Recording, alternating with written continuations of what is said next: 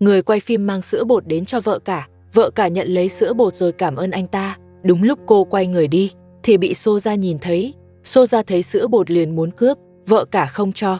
Soja lại quay sang gây sự với người quay phim. Mụ ta hỏi người quay phim, sao không mang sữa cho con của mình, rồi còn đuổi người quay phim đi, bắt anh ta rời khỏi đây. Vợ cả liền chạy tới ngăn cản. Sau khi ầm ĩ một lúc, Soja lại tiếp tục cướp sữa bột của vợ cả. Mụ nói sữa bột là người quay phim mang cho con mụ. Tiếng cãi nhau làm Abu nghe thấy. Abu vừa ra liền dạy dỗ Soja. Soja vẫn không chịu. Mụ nói sữa bột là của con mụ, bắt Abu lấy sữa đưa cho mình. Abu nói sữa là của vợ cả. Mụ thật đáng ghét, người quay phim sẽ không mang sữa cho mụ đâu. Đúng lúc này bà mẹ chồng cũng đi ra. Bà ta vừa ra đã bắt đầu đánh Abu. Bà hỏi Abu tại sao lại bắt nạt Soja. Abu nói Soja đang cướp sữa của vợ cả. Bà mẹ chồng nói con của Soja còn nhỏ, sữa bột phải để cho Soja. Rồi bà còn bảo Soja đi cướp sữa tiếp. Có bà mẹ chồng chống lưng, Soja lại lao tới cướp sữa. Bà mẹ chồng đúng là kẻ phá hoại, ở đâu cũng có mặt. Abu lại cảnh cáo Soja, nếu còn cướp sữa tôi sẽ đánh mụ. Soja hoàn toàn không sợ. Mụ đẩy Abu ra, dù sao cũng có bà mẹ chồng chống lưng, Abu cũng không làm gì được mụ. Soja lại cầm dép gây sự với vợ cả, tiếp tục cướp sữa bột. Abu chạy tới ngăn cản, bà mẹ chồng lại chặn Abu. Sau một hồi làm loạn, Soja vẫn không cướp được sữa, còn bị Abu dạy cho một trận. Đây đúng là cái kết mụ đáng nhận. Con gái lớn lại bị ốm, có thể lần trước ở bệnh viện chưa được chữa khỏi hẳn. Ông bố chồng giục vợ cả, bảo mau đưa con gái lớn đi chữa trị. Vợ cả nói với ông, trong người cô không có tiền, muốn đi cũng không đi được. Cô chỉ lấy thuốc lần trước ở bệnh viện cho con gái lớn uống tạm. Con gái lớn ho khan rất nặng, có vẻ là bị cảm rồi. Ông bố chồng thấy con gái lớn ho dữ, liền bảo vợ cả đưa con bé đi chỗ khác, dặn đừng lây sang con gái út và cặp song sinh. Sau khi cho con gái lớn uống thuốc, Abu cũng đi tới. Anh hỏi thăm tình trạng của con gái lớn, thấy bệnh tình khá nặng, anh muốn đưa con bé nhập viện. Vợ cả đồng ý, nhưng cả hai đều không có tiền. Abu đi tìm ông bố chồng bàn cách, hy vọng ông đưa cho ít tiền. Ông bố chồng nói mình già rồi không có tiền, hai người là cha mẹ của con gái lớn, tự mà nghĩ cách đi. Ông bố chồng thật quá keo kiệt, khi đi gặp Maria thì có tiền, đến lúc con gái lớn ốm lại nói không có. Người như vậy không đáng để vợ cả đối xử tốt. Vợ cả ngồi xuống chăm con gái út, ông bố chồng bảo cô tránh xa con bé, ông nói đừng để lây bệnh cho nó. Vợ cả đành đứng dậy đi chỗ khác, cô ngồi xuống đất, đang lo chuyện tiền bạc thì Soja từ ngoài bước vào. Mụ cầm theo quần áo, bắt vợ cả đi giặt giúp. Vợ cả vốn đã tức sẵn, bị Soja chọc cho bùng nổ luôn. Hai người liền cãi nhau. Abu cũng tới dạy dỗ Soja. Bà mẹ chồng chạy tới ngăn Abu. Ông bố chồng bảo Soja đi đi, ông nói đồ ai người nấy tự giặt, sẽ không ai giặt đồ cho mụ ta. Soja bị đuổi đi. Ông bố chồng lại tiếp tục giục vợ cả, bảo mau đưa con gái lớn tới bệnh viện, nhưng tuyệt nhiên không nhắc chuyện đưa tiền. Vợ cả thấy con gái lớn khó chịu quá, cũng không kịp nghĩ đến tiền nữa, cô liền đưa con đi bệnh viện. Đúng lúc này người quay phim lại giúp đỡ, anh mong con gái lớn sớm khỏe lại. Ông bố chồng chỉ huy Soja dọn dẹp nhà cửa, ông ngồi dưới đất nhìn Soja dọn xong nhà, xong rồi lại giục mụ ta đi nấu cơm. Trước đó Soja luôn nói mình không biết nấu, nhưng dưới sự chỉ đạo của ông bố chồng, cơm cũng nấu ra dáng ra hình. Ông bố chồng không lúc nào để Soja được rảnh. Con gái út của vợ cả lại chạy lung tung, ông cũng không muốn trông, liền gọi Soja qua bế con bé về, bảo cho con bé uống sữa bột. Soja đành tạm dừng nấu cơm, rồi qua bế con gái út. Vừa tới chỗ con bé định bế lên, thì bà mẹ chồng từ ngoài bước vào. Bà hỏi Soja sao không đi nấu cơm. Soja nói cơm đang nấu rồi. Ông bố chồng bảo mụ ta cho con bé uống sữa. Đúng lúc bà mẹ chồng tới, Soja bảo bà giúp cho uống. Bà mẹ chồng nói Soja dám sai việc mình, rồi lại bắt đầu dạy dỗ mụ ta. Soja không dám nhờ bà giúp nữa. Mụ ta đặt con bé xuống đất, đưa bình sữa cho con bé tự uống, rồi vội vàng quay lại nấu cơm. Giờ đây Soja đã thành người giúp việc trong nhà. Ông bố chồng và bà mẹ chồng đúng là không thiên vị, một nàng dâu ở trong nhà đều chịu chung một kiểu đối xử.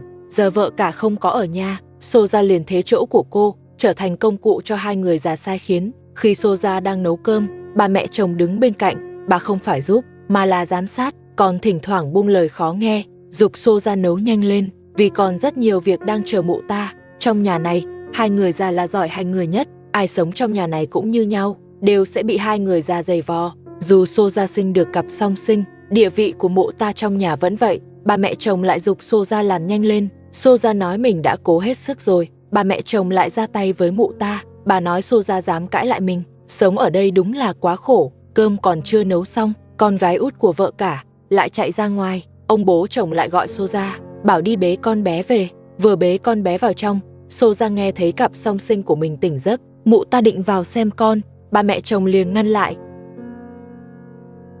Xô ra cuối cùng cũng nấu xong cơm, mụ ta múc ra, rồi trải thảm ăn xuống. Ông bố chồng ngồi dưới đất chờ, hoàn toàn không có ý giúp đỡ. Xô ra bưng cơm đã nấu ra ngoài, ông bố chồng tự ăn trước, hoàn toàn không đợi người khác, kể cả ba mẹ chồng. Xô ra vừa định qua ăn, ông bố chồng nói con gái út tè ra quần, bảo Xô ra đi thay quần cho con bé. Xô ra vào nhà thay quần cho con bé, rồi đặt con bé trước mặt ông bố chồng, sau đó rửa tay chuẩn bị ngồi ăn. Ba mẹ chồng cũng qua ăn cơm, ông bố chồng lại nghe song sinh khóc, liền bảo Xô ra đi trông song sinh. Xô ra lấy một ít thức ăn, bưng vào nhà trông song sinh. Ba mẹ chồng ăn xong cũng vào nhà, bà nói Xô ra không biết trông song sinh, khiến họ suốt ngày phiền não. Xô ra nói mình còn phải dọn nhà và nấu cơm, hoàn toàn không có thời gian trông. Mụ ta mong bà mẹ chồng giúp, bà mẹ chồng nói mình không có thời gian, con ai người đó trông, bà giúp trông một đứa đã là tốt lắm rồi, bảo Xô ra nên biết điều. Xô ra vừa ăn vừa trông song sinh, ăn xong cơm, vừa quay lại trong nhà, ông bố chồng lại bảo Xô ra nhanh dọn đồ trước mặt ông, cho gọn gàng. Xô ra lại đi dọn đồ, sau đó ông bố chồng lại bảo quét sạch sàn.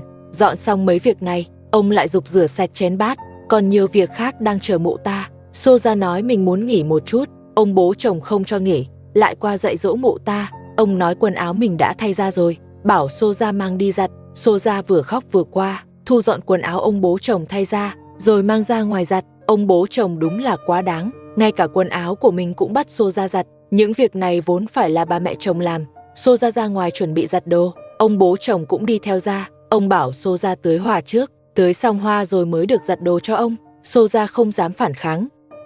Xô ra đang ở trong nhà trông song sinh, ba mẹ chồng bưng trà đi tới, bà ngồi xuống đất uống trà, rồi gọi Xô ra dọn sân. Xô ra nói song sinh tè rồi, mụ đang thay tã, bảo bà mẹ chồng đi dọn sân giúp. Bà mẹ chồng nói mình không có thời gian, bảo Xô ra mau làm đi, làm xong thì ra dọn sân tiếp, còn mắng Xô ra ham ăn lười làm, sao mà lắm chuyện thế, hễ bảo dọn dẹp là bà lại kiếm đủ lý do thoái thác. Xô ra nói mình thật sự quá bận, giờ còn phải trông song sinh, lại phải giặt đồ, nấu cơm, dọn sân, mong bà mẹ chồng chia sẻ bớt. Bà mẹ chồng nói trước kia vợ cả cũng trông con, sao cô ấy vẫn làm xuể, rõ ràng Xô ra chỉ đang kiếm cớ. Bà bảo Xô ra nhanh lên, bà không có kiên nhẫn. Xô ra nhờ bà mẹ chồng lấy giúp bình sữa, mụ cho song sinh bú xong sẽ ra. Khi bà mẹ chồng đi lấy bình sữa, bà còn đánh Xô ra một cái, nói mụ chỉ giỏi sai người giúp, trông song sinh là việc của mụ, bà không giúp cũng chẳng sai. Bà mẹ chồng mang sữa tới, ngồi dưới đất pha sữa cho song sinh. Lúc này đứa song sinh còn lại cũng tỉnh. Xô ra nhờ bà trông giúp một lát, một mình mụ không xoay kịp, bà mẹ chồng miệng thì miễn cưỡng, nhưng vẫn qua trông giúp, dù sao bà vẫn thiên vị Xô ra. Nếu là vợ cả, chắc chắn bà không đời nào giúp. Đúng lúc họ đang bận trông song sinh, ông bố chồng đứng ngoài gọi to Xô ra, bảo mau ra dọn sân. Ông nói các người trong nhà làm gì thế, đất bẩn thế này rồi, chẳng lẽ không thấy sao? Xô ra nói mình đang trông song sinh, xin ông bố chồng chờ một lát. Ông bố chồng nói để bà mẹ chồng trông, bảo Xô ra mau ra dọn sân. Xô ra còn muốn nói gì đó, ông bố chồng lại chuẩn bị dạy dỗ. Xô ra đành mặc áo vào, cầm chổi ra dọn sân. Ông bố chồng giám sát Xô ra dọn sân, thỉnh thoảng còn qua chỉ tay, chê Xô ra làm quá chậm, bắt mụ dọn sân cho nhanh, rồi mau đi nấu cơm. Xô ra nói ông không có việc, bảo ông bố chồng giúp một tay. Ông bố chồng nói mình là chủ nhà, mụ dám bảo tôi giúp sao? Ông còn ném dép, bắt làm nhanh. Xô ra chắc nằm mơ cũng không ngờ mình lại có ngày hôm nay, chịu cảnh như vợ cả trước kia. Mụ tưởng sinh long phượng sẽ đổi đời, ai ngờ đâu, giờ vừa trông song sinh, vừa gánh hết việc nhà. Xô ra chưa dọn xong sân, song sinh trong nhà lại quấy, nghe tiếng khóc. Xô ra bỏ chổi chạy vào nhà, ông bố chồng còn muốn cản. Xô ra nói vào chút sẽ ra, lúc này ông mới cho vào xem. Xô ra thấy song sinh lại tè, vừa ngồi xuống thay tã, ông bố chồng cũng đi theo vào. Ông giục làm nhanh lên, thay xong là ra làm tiếp. Dưới sự giám sát của ông, Xô ra lại bị đuổi ra dọn sân. Ông bố chồng theo sát phía sau, đề phòng mụ lười biếng. Cuối cùng Xô ra cũng dọn xong sân. Ông bố chồng bảo mụ đi pha trà. Xô ra nói muốn nghỉ một lát, ông không cho, lại tiếp tục dạy dỗ Xô ra. Bị dạy xong Xô ra cũng ngoan hơn. Mụ vào nhà pha trà, rồi bưng ra cho ông bố chồng uống. Bà mẹ chồng nghe có trà cũng ra, vừa uống vừa hỏi ăn gì. Ông bố chồng nói ăn bánh nướng, rồi lại gọi Xô ra đi làm bánh. Xô ra nói mình không biết làm. Ông bố chồng nói không biết thì học. Sau đó còn bảo Xô ra dọn kho, bắt làm bánh trong kho. Khi vợ cả về là vừa. Ở cái nhà này, ai cũng bị bắt nạt.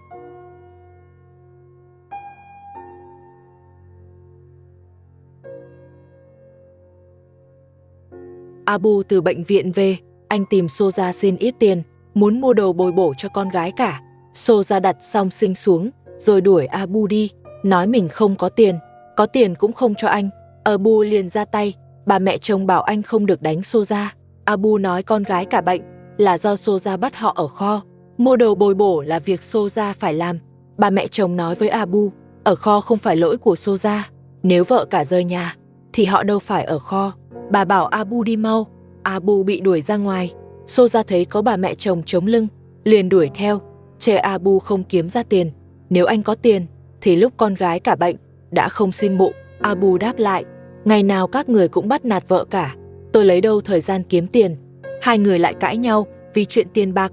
Xô ra chê Abu vô dụng, Abu nói Xô ra quá độc ác. Hai người lại lao vào đánh nhau. Bà mẹ chồng ngồi dưới đất xem, như đang xem trò vui. Một lúc sau, bà mẹ chồng gọi ông bố chồng tới, nói Abu đang bắt nạt Xô ra, bảo ông phân xử cho công bằng.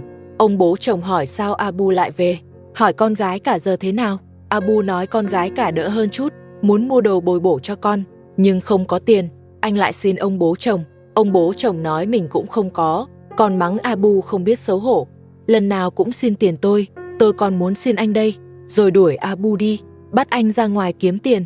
Nhà cũng sắp hết đồ dùng rồi, kiếm tiền về còn lo cho nhà. Abu bảo ông đi đòi tiền thuê của Maria. Ông bố chồng nói tiền thuê chưa tới hạn, sao tôi đi đòi được. Abu lại nói chờ con gái cả khỏi bệnh, họ sẽ không ở kho nữa, bảo ông đuổi Maria đi, để anh và vợ cả qua ở. Ông bố chồng bảo Abu đừng làm bậy, nhà này dùng để thu tiền thuê, các anh ở thì ai trả tiền cho tôi. Ông bố chồng đến tìm Maria, ông mặc một bộ đồ mới, tay còn cầm một sợi dây chuyền, không rõ có phải định tặng Maria không. Vào sân, ông thấy có một chiếc xe hơi, thấy lạ, ông hỏi xe của ai. Bọn trẻ nói là của chồng cũ Maria. Đúng lúc đó Maria cũng bước ra, cô mời ông bố chồng vào nhà nói chuyện. Vào trong nhà, Maria pha trà cho ông, nhưng trước sự nhiệt tình của Maria, ông bố chồng lại không vui. Ông hỏi Maria có quay lại với chồng cũ Maria không. Maria nói là không, cô đã ly hôn với chồng cũ Maria rồi, sao có thể quay lại. Ông bố chồng hỏi chiếc xe ngoài sân là của ai. Maria ấp úng không nói được. Ông bố chồng nói xe chắc chắn là của chồng cũ Maria, nếu không quay lại, sao anh ta lại đỗ xe ở đây. Maria vội giải thích với ông, cô nói xe đúng là của chồng cũ Maria, anh ta muốn quay lại, nhưng tôi không đồng ý. Để tỏ thành ý, anh ta để xe lại đây làm vật thế chấp. Nghe vậy ông bố chồng rất tức giận. Ông nói với Maria, tờ giờ cờ kia tôi thương cô mới cho ở nhờ, không ngờ cô lại lừa tôi suốt. Nếu không thấy chiếc xe, chẳng biết còn bị lừa tới bao giờ. Ông bắt Maria đưa tiền thuê nhà, không đưa thì đuổi đi. Maria nói ông bố chồng là người tốt, cô thật sự không quay lại với chồng cũ Maria, mong ông tin mình. Ngày mai cô sẽ bảo chồng cũ Maria lái xe đi. Nhưng ông bố chồng nói Maria đang diễn kịch, ông sẽ không tin nữa, bảo Maria chuẩn bị tiền thuê, vài ngày nữa ông sẽ quay lại lấy. Nói xong ông liền rời đi. Maria còn tiễn ông ra ngoài, trông cô rất buồn bã. Ông bố chồng tới thúc Xô ra dọn kho, ông còn nói hôm nay nhất định phải dọn sạch kho. Nói xong ông đi theo Xô ra ngoài, chưa được bao lâu Xô ra đã quay lại. Mụ ta ghé sát ba mẹ chồng nói nhỏ, hai người lại bàn bạc cách đối phó với vợ cả. Đúng lúc đó ông bố chồng đi vào, ông hỏi sao Xô ra quay lại, chẳng phải bảo mụ dọn kho à, quay đi đã không thấy mụ đâu. Xô ra nói mình sắp xếp cho bà mẹ chồng trông song sinh rồi sẽ đi ngay. Ông bố chồng sợ Xô ra lười biếng nên theo sát mụ ta, đi thẳng tới kho. Xô ra nói quần áo mình bẩn rồi, thay đồ xong sẽ quay lại làm, bảo ông bố chồng về trước. Ông bố chồng rời đi. Xô ra tới chỗ vòi nước, mụ ta lấy từ túi ra một chai thuốc, rồi pha loãng với nước. Xô ra lại định giở trò xấu, nhưng vợ cả không có ở nhà, nên tạm thời không gặp nguy hiểm.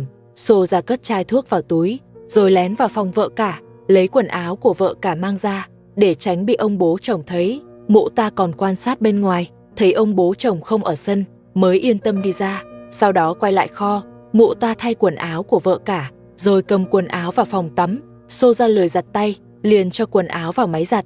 Đúng lúc đang xả nước vào máy, ông bố chồng nghe tiếng đi tới. Ông bảo Xô ra dừng lại. Ai cho mày dùng máy giặt? Xô ra nói trời lạnh, vừa sinh con không thể giặt tay. Ông bố chồng bảo dừng ngay, rồi còn đánh mụ ta. Sau đó ông lôi quần áo ra ngoài, ném thẳng xuống đất. Ông nói giặt tay tiết kiệm điện, bắt Xô ra phải giặt tay. Xô ra không chịu, ông bố chồng lại tiếp tục dạy dỗ. Ông bố chồng quá keo kiệt, dùng cái máy giặt cũng không cho, không biết ông ta tê một ếch kiệm để làm gì. Xô ra lại bị ông bố chồng dạy dỗ vì giặt đồ. Ông bố chồng nói, ta bảo mụ dọn kho, mà mụ lại đi giặt đồ, lại còn định dùng máy giặt, mụ không biết dùng điện tốn tiền sao? Giờ nhà không có ai kiếm tiền, nên chỉ được giặt tay. Ông bố chồng còn nói Xô ra chỉ gây phiền phức, bảo Xô ra nhặt quần áo dưới đất lên trước, dọn xong kho rồi mới được giặt. Xô ra cất quần áo đi, rồi bị ông bố chồng đẩy đi dọn kho. Ông bố chồng thấy trên người mụ ta mặc đồ của vợ cả, lại nổi giận mắng mỏ. Ông bố chồng kéo Xô ra khỏi kho. Bà mẹ chồng nghe tiếng cũng tới. Ông ta hỏi có chuyện gì. Ông bố chồng nói xem mụ đang mặc đồ của ai kia, rồi hỏi Xô ra lấy đồ ở đâu. Xô ra nói lấy trong phòng vợ cả, thấy đẹp nên mặc thử. Ông bố chồng bảo cởi ra ngay, thay đồ của mụ rồi quay lại dọn kho. Xô ra về phòng lấy đồ của mụ, rồi quay lại kho thay ra, còn ném đồ của vợ cả xuống đất. Sau đó chuẩn bị làm việc. Ông bố chồng gọi mụ ta lại, bắt giặt luôn quần áo của vợ cả. Xô ra không muốn giặt, ông bố chồng lại tiếp tục mắng. Xô ra đành nhặt quần áo lên, để chung với đồ của mụ lúc nãy. Ba mẹ chồng còn nói đừng đối xử vậy với Xô ra. Mụ ta vừa sinh con xong, sao còn bắt giặt đồ cho vợ cả? Ông bố chồng nói, vì nó làm bẩn quần áo của vợ cả, thì nó phải giặt. Ông còn bảo ba mẹ chồng đừng chiều Xô ra, chiều nữa thì mụ ta càng lười. Xô ra cất quần áo xong lại đứng im. Ông bố chồng thúc dọn kho cho nhanh. Xô ra lúc này mới vào kho. Mụ ta lục lọi đồ trong kho, thấy người quay phim ở gần đó, liền đuổi người quay phim đi, rồi đóng chặt cửa kho. Xem ra Xô ra lại chuẩn bị giở trò xấu. Ba mẹ chồng mang cơm vào kho cho Xô ra, không ngờ mụ ta lại ngủ quên. Ba mẹ chồng liền gọi mụ ta dậy, bảo dậy ăn cơm ngay, ăn xong còn phải tiếp tục dọn kho, nếu không. Ông bố chồng lại mắng. Xô ra nói mình nhất quyết không dọn kho. Ăn xong mụ ta lại tiếp tục ngủ. Đúng lúc mụ ta đang nói chuyện với bà mẹ chồng, ông bố chồng đi vào, thấy kho vẫn bừa bộn như cũ. Ông liền hỏi Xô ra, kho còn chưa dọn xong, sao đã ngồi ăn cơm rồi? Xô ra vội chạy ra ngoài. Ông bố chồng hỏi mụ ta đi đâu. Xô ra nói mình đi xem song sinh trước. Ông bố chồng bảo đi nhanh rồi quay lại, tiếp tục dọn kho. Xô ra vào nhà sưởi ấm, quay đầu lại thấy người quay phim theo sau. Mụ ta liền đuổi người quay phim đi, cấm quay mình. Xem ra Xô ra lại chuẩn bị giở trò. Người quay phim là mụ ta làm chuyện xấu, liền báo cho ông bố chồng. Ông bố chồng lại vào nhà gọi mụ ta, bảo làm cho nhanh lên. Sau đó ông quay sang trách bà mẹ chồng, nói Xô ra lời như vậy là do bà mẹ chồng chiều. Bà mẹ chồng ngồi dưới đất lau nước mắt, bà cũng thấy mình rất tủi thân. Đúng lúc này vợ cả trở về, xem ra bệnh của con gái lớn đã đỡ. Vợ cả không chào hỏi ai, cô đi xem con gái út trước, rồi bế con vào lòng. Ông bố chồng nói con bé được chăm rất tốt, bảo vợ cả đừng lo. Sau đó ông lại nói với vợ cả, mình đã bảo Xô ra dọn kho, trong nhà không còn bánh, định để Xô ra làm. Ông còn bảo vợ cả đi xem kho, chỉ dẫn cho Xô ra một chút. Vợ cả liếc nhìn kho một cái, rồi nói với ông bố chồng, kho hoàn toàn chưa dọn, cũng không có chỗ làm bánh. Ông bố chồng lại bảo vợ cả dọn. Vợ cả nói mình vừa mới về, chẳng phải đã bảo Xô ra làm sao. Nói xong cô quay vào nhà nghỉ ngơi. Ông bố chồng thấy vợ cả không còn nghe lời như trước nữa, liền bảo ba mẹ chồng sắp xếp người dọn, rồi cùng ba mẹ chồng vào nhà. Ông bố chồng hỏi con gái lớn đỡ chưa. Vợ cả nói con bé đỡ nhiều rồi, chỉ là vẫn phải uống thuốc. Ông bố chồng gọi vợ cả ra ngoài, bảo cô dọn lại sân một chút. Ông nói mình phải ra ngoài có việc, trưa nay sẽ không về. Có thể thấy ông bố chồng ăn mặc rất chỉnh tề, không biết có phải lại đi tìm Maria hay không. Ông bố chồng rời đi, người quay phim thấy sân không có ai, liền đưa tã giấy mang theo cho vợ cả, để con gái út dùng. Vợ cả vừa nhận lấy, thì đúng lúc Xô ra đi ra, thấy người quay phim mang đồ tới. Mụ ta cũng đòi, bắt người quay phim cho mình tã giấy. Người quay phim không cho, Xô ra liền sang cướp của vợ cả. Vợ cả không đưa, hai người liền giằng co nhau. Cuối cùng vợ cả giấu được tã đi, Xô ra vẫn bám theo đòi. Vợ cả đánh ra tay dạy dỗ mụ ta. Cô đuổi Xô ra vào trong kho.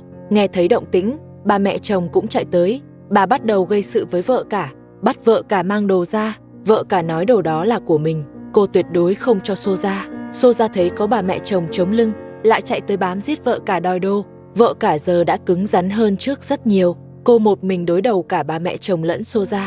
Dù thế nào cũng không để họ đạt được mục đích. Tã giấy người quay phim mang tới, nhất định không thể để họ cướp mất. Sau khi quật ngã được Soja, vợ cả muốn cho họ một bài học, liền vào kho lấy dây thừng, chuẩn bị trói Soja lại. Bà mẹ chồng đứng bên cản lại, bắt vợ cả thả Soja ra ngay. Vợ cả liền giằng co với bà, nói thế nào cũng không thả Soja. Bà mẹ chồng thấy vợ cả không nghe lời, lại quay sang nhờ người quay phim giúp thả người. Người quay phim cũng mặc kệ, bà mẹ chồng còn nói, người quay phim cấu kết với vợ cả bắt nạt họ. Cuối cùng bà mẹ chồng sợ bị đánh, nên bỏ đi. Soja bị trói lại giữa sân. Người quay phim mang cho vợ cả một đôi giày, lại gây ra một trận rối ren trong nhà. Vợ cả nhận đôi giày từ tay người quay phim, cô cảm ơn anh ấy, rồi mang giày vào thử.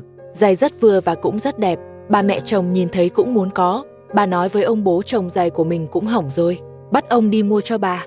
Ông bố chồng nói mình không có tiền, bảo bà tạm đi cho qua. Bà mẹ chồng nói không có tiền thì đi kiếm, rồi quay vào trong nhà. Bà mang quần áo và hành lý của ông bố chồng ra, bắt ông thu dọn để đi tìm việc làm. Soja nghe ông bố chồng đi làm cũng đi ra. Mụ ta còn cầm theo lon sữa trống, nói song sinh đã hết sữa rồi, bảo ông bố chồng nhớ mua. Vợ cả nói với mụ ta, ông bố chồng chưa từng mua sữa cho con của tôi, dựa vào đâu mua cho mụ. Soja bảo vợ cả đừng xen vào, song sinh đang chờ sữa uống, không có sữa thì chịu đói. Nói xong mụ ta đưa lon cho ông bố chồng, bảo cứ mua đúng loại này. Ông bố chồng ném cái lon đi, ông nói mình sẽ không mua sữa. Con của vợ cả ông còn chưa từng mua, của Soja cũng vậy, ông phải đối xử công bằng, không thể thiên vị. Ông bố chồng thật keo kiệt, đến sữa cho cháu cũng không mua, chỉ nghĩ tới để dành tiền đi tìm Maria. Bà mẹ chồng bảo Soja đừng gây chuyện nữa, ông bố chồng kiếm tiền là để mua giày cho bà, còn lại thì không mua gì hết. Vợ cả thấy ông bố chồng sắp đi, liền bảo ông sắp xếp việc nhà trước. Ông bố chồng nói với vợ cả và Soja, một người lo việc nhà, một người phụ trách nấu ăn. Ông bố chồng thu dọn đồ chuẩn bị rời đi, vợ cả vẫn còn luyến tiếc. Cô biết ông vừa đi, cả nhà lại tiếp tục bắt nạt cô, nên bảo ông bố chồng về sớm. Bà mẹ chồng kéo vợ cả lại, không cho cô làm chậm việc ông đi làm. Ông bố chồng vừa đi khỏi, bà mẹ chồng lại bắt đầu phân việc cho vợ cả. Bà cầm cây chổi đi tới, bắt vợ cả quét dọn sạch sân. Vợ cả nói với bà, vừa rồi ông bố chồng đã sắp xếp rồi, tôi chỉ phụ trách nấu ăn, còn dọn sân và việc nhà là phần của Soja.